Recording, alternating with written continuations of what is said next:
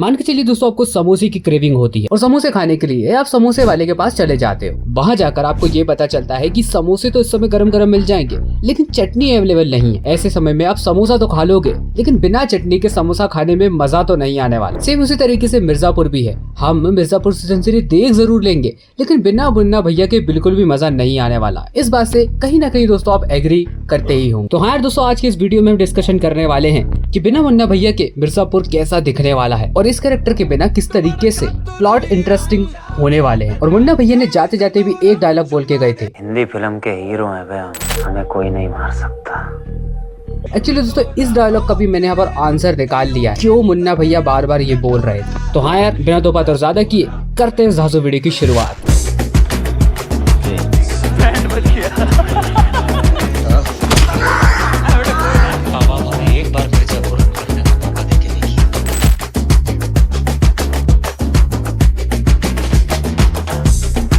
तो सीजन 2 की एंडिंग के दौरान हम यहाँ पर एक बहुत ही उलझी एंडिंग को देखते हैं। हम इस एंडिंग को देखकर कह ही नहीं सकते कि मुन्ना भैया हमको सीजन 3 में बिल्कुल भी नहीं दिखने वाले। और अभी भी मुन्ना भैया का कैरेक्टर इन दो कंडीशंस पे झूल रहा है कि मुन्ना भैया जिंदा है या नहीं है। वैसे हाँ यार, जिस तरीके से गुड्डू भैया और गोलू तरीके से मुन्ना भैया को मारा है उस तरीके से लगता है भाई कि वो अब नहीं आने वाले। शो के एंड में दोस्तों हमने देखा कि यहाँ पर गोलू मुन्ना के हार्ट पे अपनी गन को पॉइंट करती है और गोलू यहाँ पर जैसे ही गोली चलाने वाली होती है तो मुन्ना उस पॉइंटर को हटाकर लेफ्ट साइड में कर देता है। वैसे तो दोस्तों ये सिर्फ और सिर्फ एक फैन थ्योरी ही है, लेकिन मान के चलिए दोस्तों मुन्ना भैया उन एबनॉर्मल लोगों में से निकले जिनका हार्ट लेफ्ट साइड में नहीं होता बल्कि राइट साइड में होता है, तो कहीं ना कहीं भाई ये जो थ्योरी है वो मान्य हो जाती है। लेकिन दोस्तों अगर ये मुन्ना भैया का अंत होता है तो ये एक बहुत ही शेबी स्क्रिप्ट राइटिंग होगी। खैर दोस्तों पर एक बात देखने वाली है कि मुन्ना भैया के बिना मिर्जापुर देखने में मजा तो नहीं आने वाला, क्योंकि यार मुन्ना भैया एकमात्र ऐसा व्यक्ति था जो कि मिर्जापुर को देखना वर्थ इट बनाता। माने यार पर शो के मेकर्स मुन्ना भैया को वापस लेना बिल्कुल भी नहीं चाहते,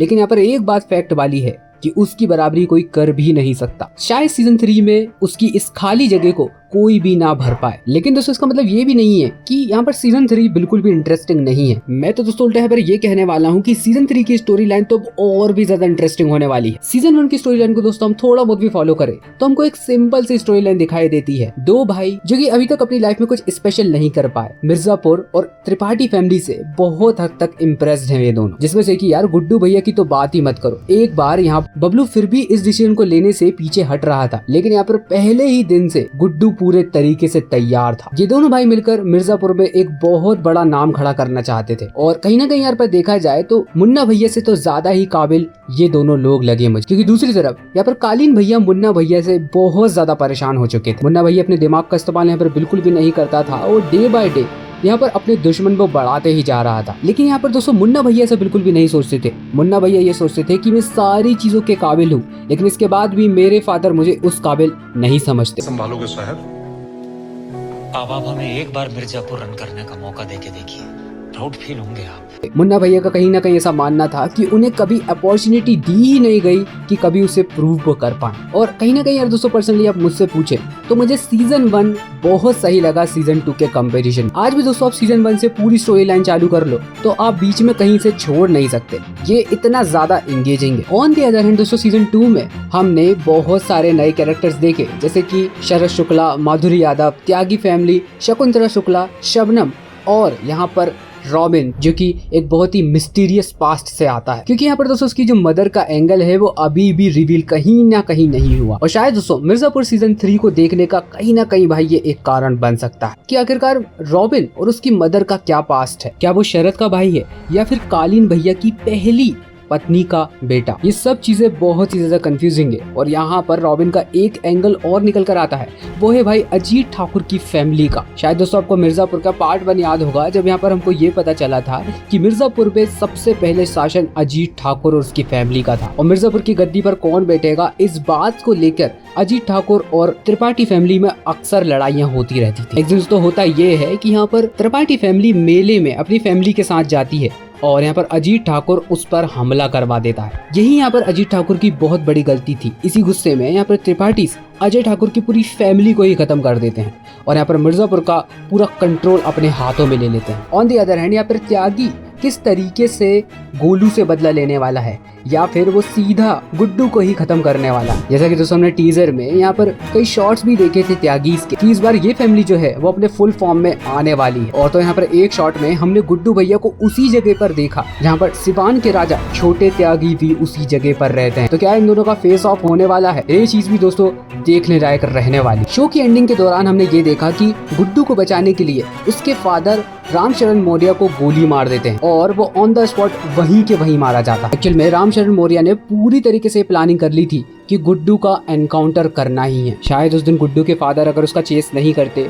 तो आज शायद हम गुड्डू को नहीं देख रहे हो। तो इसी सबसे रिलेटेड दोस्तों ने टीजर में यहाँ पर कुछ शॉट्स देखे कि यहाँ पर इन सब लोगों के ऊपर एक मुकदमा चल रहा है, जिसमें कि हमने डिम्पी, रॉबिन और उसके फादर और उसकी मदर के भी कई शॉट्स देखे। शायद दोस्तों ऐसा हो सकता है कि यही वो एक केस हो जिसकी उस समय पेशी चल रही हो। शरद शुक्ला, इस व्यक्ति का रिवेंज अभी भी अधूरा ही है गुड्डू भैया से। और आपको क्या लगता है, कालीन भैया को उसने यूं ही बचाया है? यहाँ पर वो कालीन भैया की जो भी ताकत है वो पूरे तरीके से उसका यूटिलाइजेशन करने वाला है। और यार जैसा कि हमने टीजर में देख चुके हैं कि कालीन भैया वापस आ चुके हैं और कालीन भैया और शरद शुक्ला दोनों मिल चुके हैं। तो अब तो भाई ये जो एंगल है वो मिर्जापुर को देखने लायक और भी ज्यादा बना देता है। शरद शुक्ला के बारे में एक बात तो दोस्तों आपको माननी पड़ेगी कि यहाँ पर उसका हर एक एक्शन अनप्रिडिक्टेबल होता है। किसको पता था दोस्तों यहाँ पर शरद शुक्ला शो की एंडिंग में कालीन भैया को बचा लेगा और उसका इस तरीके से इस्तेमाल करेगा। जंगल में दोस्तों एक घायल शेरनी भी है जिसका नाम है माधुरी यादव और यहाँ पर अब तो वो एक सीएम बन चुकी है। तो भाई अब उसका बदला लेना तो और भी ज्यादा इंटरेस्टिंग होगा।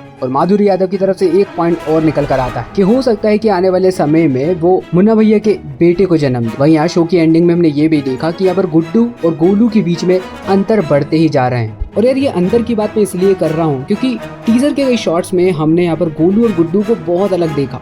कई मोमेंट्स में हमने इन दोनों को स्ट्रेस देखा। एक सीन में तो यहाँ पर गुड्डू भैया को जेल में भी देखा गया और जितनी देर वो जेल में रहे तो यहाँ पर गोलू ने किस तरीके से मिर्जापुर को संभाला होगा। और एक बात और देखने वाली है कि यहाँ पर गोलू का एक्शन इस बार और इंटेंस दिख रहा है। तो भाई कुछ ना कुछ तो अलग होने वाला है इन दोनों के बीच में। शो में दोस्तों यहाँ पर एक घायल शेर की बात की गई है। यहाँ पर वो घायल शेर है कालीन भैया। उसके पास दोस्तों खोने को कुछ भी नहीं बचा है। एक तरफ उसके बाबूजी भी मर चुके हैं, दूसरी तरफ उसको गुड्डू से रिवेंज लेना है। और यार गुड्डू से रिवेंज लेना आसान नहीं होने वाला है। यहाँ पर वो भी बहुत बड़ा बलवान बन चुका है और यहाँ पर कालीन भैया भी बहुत बड़े बलवान बन चुके हैं शरद शुक्ला की वजह से। तो यार इन दोनों के बीच में जो लड़ाई होने वाली है उसको देखने में मजा तो भाई बहुत ज्यादा आने वाला है। बाकी यार दोस्तों जाते जाते मैं आपको बता दूं, मकबूल, बीना भाभी, लाला और उसकी जो बेटी है वो एक बहुत ही इम्पोर्टेंट रोल में हमको दिखाई देने वाले हैं। यहाँ पे एक चीज और नोटिस करने वाली है कि सारे कैरेक्टर्स हमको दिखाए गए लेकिन यहाँ पे टीजर में कहीं भी हमको मकबूल नहीं दिखाया गया, जबकि यार वो बहुत ही इम्पोर्टेंट कैरेक्टर है।